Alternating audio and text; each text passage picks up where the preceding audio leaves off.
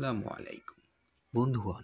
আজ আমি আসছি তোমাদের সামনে একটি বিশেষ গল্প নিয়ে। গল্পটার নাম হচ্ছে তোমার নাম বৃষ্টিতে ভেজা। পর্ব ১। লেখক মোহাম্মদ আলী আউসাফ লাবেব। বিষয় শ্রেণী প্রেমের গল্প। তো বন্ধুগণ, আজ আমি আপনাদের সামনে এই গল্পটা পড়ে শোনাচ্ছি। তো আপনারা প্রস্তুত হয়ে যান, কানে একটি হেডফোন দিয়ে রাখুন এবং মনের প্রশান্তি পেতে গল্পগুলো শুনতে থাকুন। ঢাকা শহরের বৃষ্টি কখনো আলোর মতো নামে না। ঢাকা শহরের বৃষ্টি কখনো আলোর মতো নামে না, নামে স্মৃতির মতো। পুরনো কিছু ভিজিয়ে দেয়, আবার নতুন কিছু জন্ম দেয়। সেদিন দুপুরটা ছিল ঠিক এমন। আকাশে সূর্য, রাস্তায় গরম, আর হঠাৎ নামে এক অস্থির বৃষ্টি। নাফিস তখন ধানমন্ডির এক বইয়ের দোকান থেকে বেরোচ্ছে। ব্যাগে সদ্য কেনা বইয়ের গন্ধ, মনে এক ধরনের প্রশান্তি। বইটি সে কিনেছিল ভালোবাসার প্রমাণ নামে। সে আসলে বই পড়ে প্রেমে পড়ে, মানুষ দেখে নয়।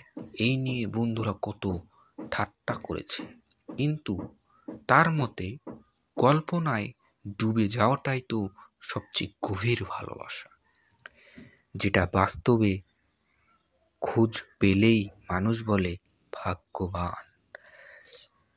হাঁটছিল সে ধানমন্ডি একটি নদীর পাশ দিয়ে। বৃষ্টিটা হুট করে শুরু হলো। সে আগে থেকেই জানতো আজ এমন হবে, তাই একটা ছাতা সাথে রেখেছিল। কিন্তু যখন ছাতাটা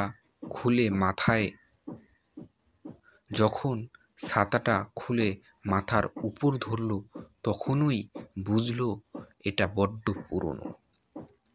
তীব্র বাতাসে ছাতাটা উল্টে গেল, আর নিজের মাথা পিঠ দুটোই এক সেকেন্ডে ভিজে উঠল।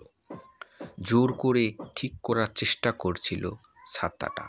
ঠিক তখনই পেছন থেকে একটা কণ্ঠস্বর শুনল, ছাতা ধরা শিখে আসো, তারপর আবার প্রেমে পড়ো। চমকে উঠল নাফিস। এমন কথা কেউ বলে নাকি?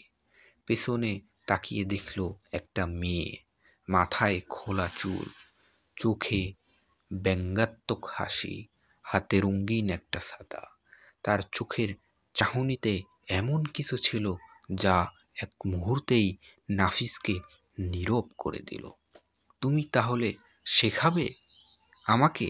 নাফিস জবাব দিল মৃদু হেসে।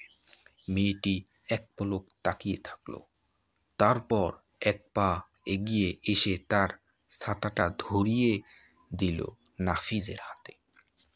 এই নাও, ব্যবহার করো ছাতাটা। আমার বাসা কাছেই, আমি ঠিকই পৌঁছাবো। কিন্তু তুমি পিছনের দিকে তাকালেই বোঝা যাবে কার মতো ভিজছ। নাফিস আবার ছাতার নিচে দাঁড়ালো। মেয়েটি তার পেছনে ঘুরে দাঁড়ালো। 5 সেকেন্ড, 10 সেকেন্ড, তারপর হাঁটতে শুরু করলো মেয়েটি, কিন্তু একবারও পিছনে তাকালো না। বৃষ্টি আর সাফার গায়ের ছায়া মিশে গিয়ে যেন একটা সিনেমার দৃশ্য তৈরি করলো। নাফিস দাঁড়িয়ে রইল। নামটা জানতে চায়, মুখটা মনে রাখার চেষ্টা করে, কিন্তু মেয়েটা তো নাম বলে গেল না।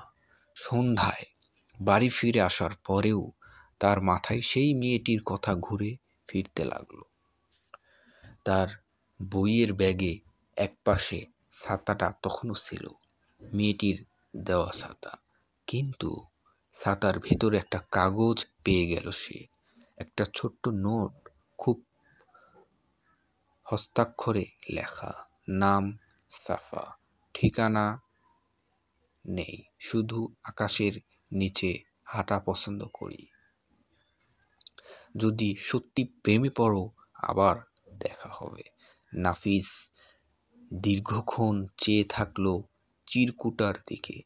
সাফা, সাফা নামটা তার মনে এমনভাবে ঢুকে গেল যেন এই শহরের সমস্ত বৃষ্টির ফোঁটা এই নামের প্রতিধ্বনি। পরের দিন থেকেই নাফিসের অভ্যাস বদলে গেল। সে আগের মতো বই কিনত, কিন্তু এখন চোখ রাখত চারপাশে কোনো সাফা আসছে কিনা, কোথাও সাফা আসছে কিনা। বৃষ্টির আভাস থাকলেই সে ছাতা নিয়ে বের হতো। মানুষ তাকে পাগল ভাবতে শুরু করলো, কিন্তু সে জানতো পাগল না হলে প্রেম হয় না। কিন্তু সে জানতো পাগল না হলে প্রেম হয় না।